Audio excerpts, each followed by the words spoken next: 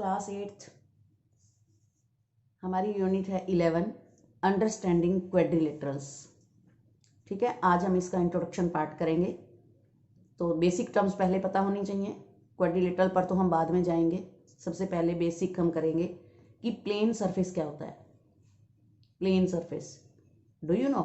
नहीं जानते हैं तो भी हम एक बार रिवाइज करना तो हमारा बनता है।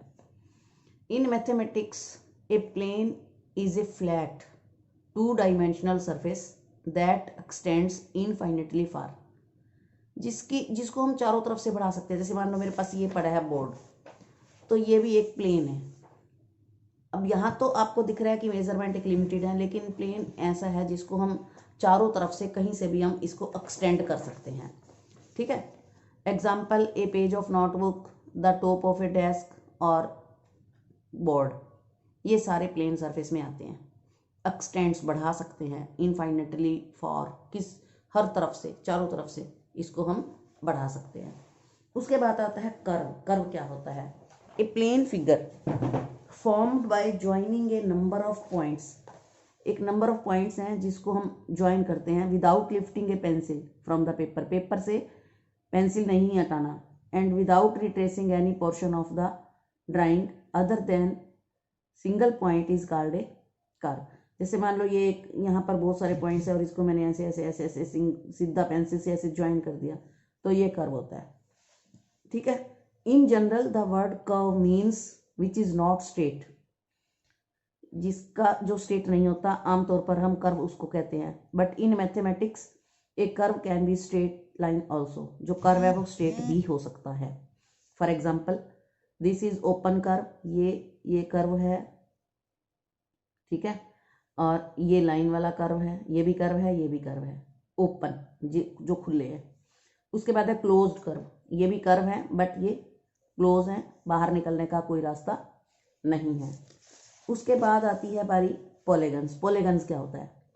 A simple closed curve made up of only line segments. जो फिगर लाइन सेगमेंट्स से बनती है और क्लोज होती है, दैट इज कॉल्ड पॉलीगन्स।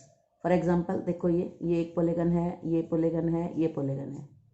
ठीक है, उसके बाद है टाइप्स ऑफ पॉलीगन्स। क्या किस किस टाइप के पॉलीगन्स होते हैं?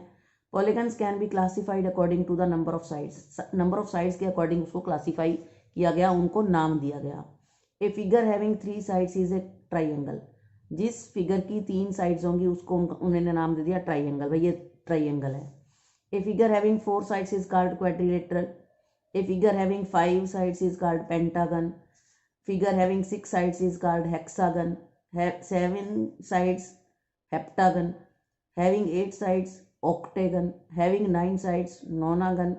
Having 10 sides decagon. And having n sides is n-gon. ठीक है, तो ये होता है पॉलीगन के रिगार्डिंग क्लासिफिकेशन। उसके बाद है एडजेसेंट साइड्स क्या होती हैं, वर्टिसेस क्या होते हैं, डायगोनल्स क्या होते हैं पॉलीगन के। कोई भी एक पॉलीगन बना लिया मैंने, पेंटागन बनाया, यहाँ 5 साइडेड फिगर बनाई। ठीक है, तो एडजेसेंट साइड्स क्या होती हैं?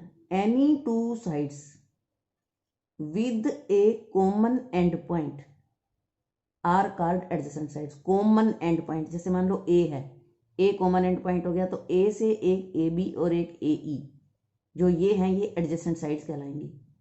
इसी तरह अगर मैं बी लेती हूँ तो बी से बी ए और बी सी, ये एडजेसेंट साइड्स हैं जिनका एक कॉमन एंड पॉइंट हो।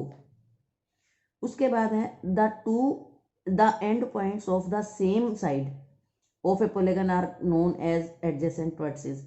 एक साइड जैसे ए बी है, ए बी का जो एक ए वर्टेक्स है और जो बी वर्टेक्स है ये एडजेसेंट है।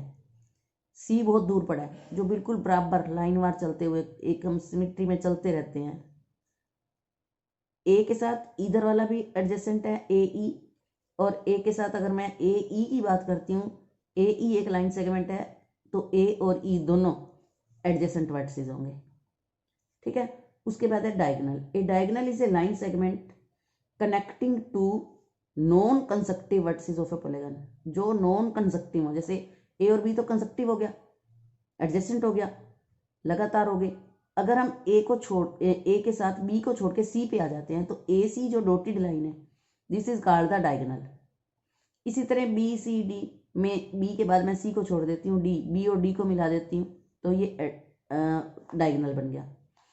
लगातार चलते हुए एक वर्टेक्स को छोड़ के अगले पे जाना और उन दोनों को मिला देना जो है वो डायगोनल होगा। क्लियर। उसके बाद हम आते हैं interior and exterior of a circle of A curve. मान लो मैंने ये कर्व बना दिया, ये बना हुआ कर्व है, तो इंटीरियर क्या है, एक्सटीरियर क्या है, कर्व क्या करता है प्लेन सरफेस को। A closed curve drawn on a plane of paper divides it into 3 parts. अगर हम बोर्ड पर या एक पेज पर कोई भी एक कर्व ड्रा कर देते हैं तो जो प्लेन है that is divided into 3 parts. The points lying inside the curve और इंटीरियर ऑफ द सर्कल। जो पॉइंट्स अंदर लाई करेंगे कर्व के that is called the interior part of the circle, curve, interior part of the plane. ठीक है। The points lying outside the curve, जो points outside पे lie करते हैं जैसे बी और एक्स है, ये एक्सटीरियर पार्ट कहलाएगा। The points lying on the curve और the boundary of the curve, जो बाउंड्री पर करते हैं जैसे सी और वाई है, ये बाउंड्री कहलाएगी। तो मीन्स जो प्लेन है वो 3 पार्ट्स में डिवाइड हो गया, एक तो इंटीरियर पार्ट, एक एक्सटीरियर पार्ट और एक बाउंड्री पार्ट। क्लियर। उसके बाद आता है convex and concave polygons. Do you know every polygon is either concave और कन्वेक्स। या तो पॉलीगन कनकेव कहलाएगा या कन्वेक्स। तो क्या डेफिनेशन है इनकी, कैसे हम माने, कैसे सोचें कि कौन सा जो है वो कनकेव होगा और कौन सा कन्वेक्स होगा। For a polygon to be convex, अगर वो कन्वेक्स होगा तो all of its interior angles must be less than 180, तो उसका हर एंगल 180 से लेस होना चाहिए। अगर 180 से कोई ग्रेटर आता है then it will be concave. तो याद रखना है कि कन्वेक्स के लिए हर angle, each angle should be less than 180। दूसरी निशानी क्या है, कैसे पता लगाएं। Convex polygons have no portion of their diagonals in their exterior. अगर हम किसी भी पॉलीगन का डायगोनल ड्रा करते हैं तो डायगोनल का कोई भी पार्ट बाहर नहीं आना चाहिए। अगर डायगोनल का पार्ट बाहर आ गया तो वो कन्वेक्स नहीं होगा। And if the diagonals does not lie Holi in the interior, अगर अंदर पूरा डायगोनल लाई नहीं करता तो वो कहलाता है कनकेव पॉलीगन। ठीक है। तो ये 2 डिफरेंस है, आप इनको अच्छे से देख सकते हो। उसके बाद नेक्स्ट पॉइंट है रेगुलर पॉलीगन। पॉलीगन रेगुलर कब कहलाता है। ए polygon having all sides and all angles equal, जिसकी सारी साइड्स भी इक्वल हों और सारे एंगल्स भी इक्वल हों, तो वो होता है regular polygon. For example square, square की चारों साइड्स इक्वल होती हैं बच्चों और ईच एंगल 90 होता है, तो वो रेगुलर पॉलीगन है। और आप कहोगे कि मैडम रोम्बस, अब रोम्बस की चारों साइडें तो इक्वल होती हैं बट सारे एंगल इक्वल नहीं होते, तो वो पॉलीगन रेगुलर पॉलीगन नहीं होगा बच्चों। तो स्क्वायर जो है दैट इज रेगुलर पॉलीगन। उसके बाद है next sum of interior angles of a polygon. अगर कोई भी पॉलीगन है 4 साइडेड, 5 साइडेड, 6 साइडेड, तो उसके इंटीरियर एंगल्स का सम निकालने का फॉर्मूला है n-2 × 180, where n is the number of sides. आपको तो ये पता है ना कि एक ट्राइंगल के 3 एंगल्स का सम 180 होता है। अगर मैं n की जगह 3 पुट कर दूं, ट्राइंगल मीन्स 3 साइडेड फिगर, अगर मैं 3 पुट कर दूं तो 3 में से 2 गया 1, 1 को 180 से मल्टीप्लाई करो तो 180 आ जाएगा।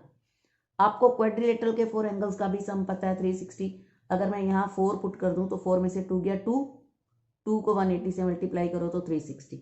तो मीन्स कोई भी पॉलीगन जिनके इंटीरियर एंगल्स का सम अगर निकालना है, 5 sided figure, 6 sided figure, 7 sided figure, तो वहां पर n की जगह 4, 5, 6 जो भी है वो पुट कर दो तो आपको इसके इंटीरियर एंगल्स का सम पता चल जाएगा। तो वो तो था, ये रेगुलर के लिए है फार्मूले। उसके बाद अगर ईच एंगल निकालना हो, each angle of a regular polygon. Regular का मैंने कहा कि साइड्स भी इक्वल होनी चाहिए और एंगल भी। जैसे इक्विलेटरल ट्राइंगल है, उसकी तीनों साइडें इक्वल होती हैं और ईच एंगल 60 का होता है। तो हम यहाँ पर देखते हैं क्या सही है ये। n की जगह अगर मैं 3 पुट करूँ, इक्विलेटरल ट्राइंगल मीन्स 3 में से 2 गया 1 हो गया, 1 को 180 से मल्टीप्लाई करेंगे 180, और नीचे क्या पुट करना है 3, 180 अपॉन में 3 60। ठीक है। इसी तरह स्क्वायर का इसका प्रूफ करके देख लो, स्क्वायर में होता है 4, यहाँ पर भी 4 पुट करो, 4 में से 2 गया 2 और यहाँ है 4, इसको काट दो, इससे मल्टीप्लाई कर दो तो आपका आंसर आ जाएगा। ईच एंगल जो है वो 90 आ जाएगा। तो ये फार्मूले बहुत काम आएंगे आगे बड़ी क्लासेस में भी। तो सम ऑफ द एंगल्स के लिए n-2 इंटू 180 और ईच एंगल के लिए n नीचे आ जाएगा। भाई जितनी साइड्स हैं उतने से डिवाइड कर दो, ईच एंगल निकल जाएगा। उसके बाद है sum of the measure of exterior angles of any polygon. Exterior angles का जो सम होता है वो 360 होता है। इसकी एक्टिविटी कराऊंगी मैं, अभी आप सिर्फ ये रिजल्ट याद रखो। Sum of the angles of a quadrilateral is 360 और 4 राइट एंगल्स, क्योंकि एक राइट एंगल 90 डिग्री का होता है। अगर इसको 90 से डिवाइड करें तो 4 राइट एंगल्स हो जाता है, कई बार ब्लैंक में आ जाता है। ये तो था एक्सटीरियर एंगल्स का सम। कोई भी पॉलीगन हो, polygon can be pentagon, can be heptagon, can be hexagon, ठीक है। लेकिन यहाँ पर है क्वाड्रिलेटरल के इंटीरियर। सम ऑफ एंगल्स का मतलब है इंटीरियर से बात होती है। Sum of interior angles of a quadrilateral is 360 और 4 राइट एंगल्स भी कहते हैं। उसके बाद है sum of the angles of a pentagon. Pentagon means 5 sided figure, तो 540 होता है। अगर मैं यहाँ पर पुट करूँ 5 तो आपका ये आंसर इसके साथ मैच कर जाएगा, ठीक है। तो ये था हमारा बेसिक यूनिट 11 का। So thank you, have a nice day.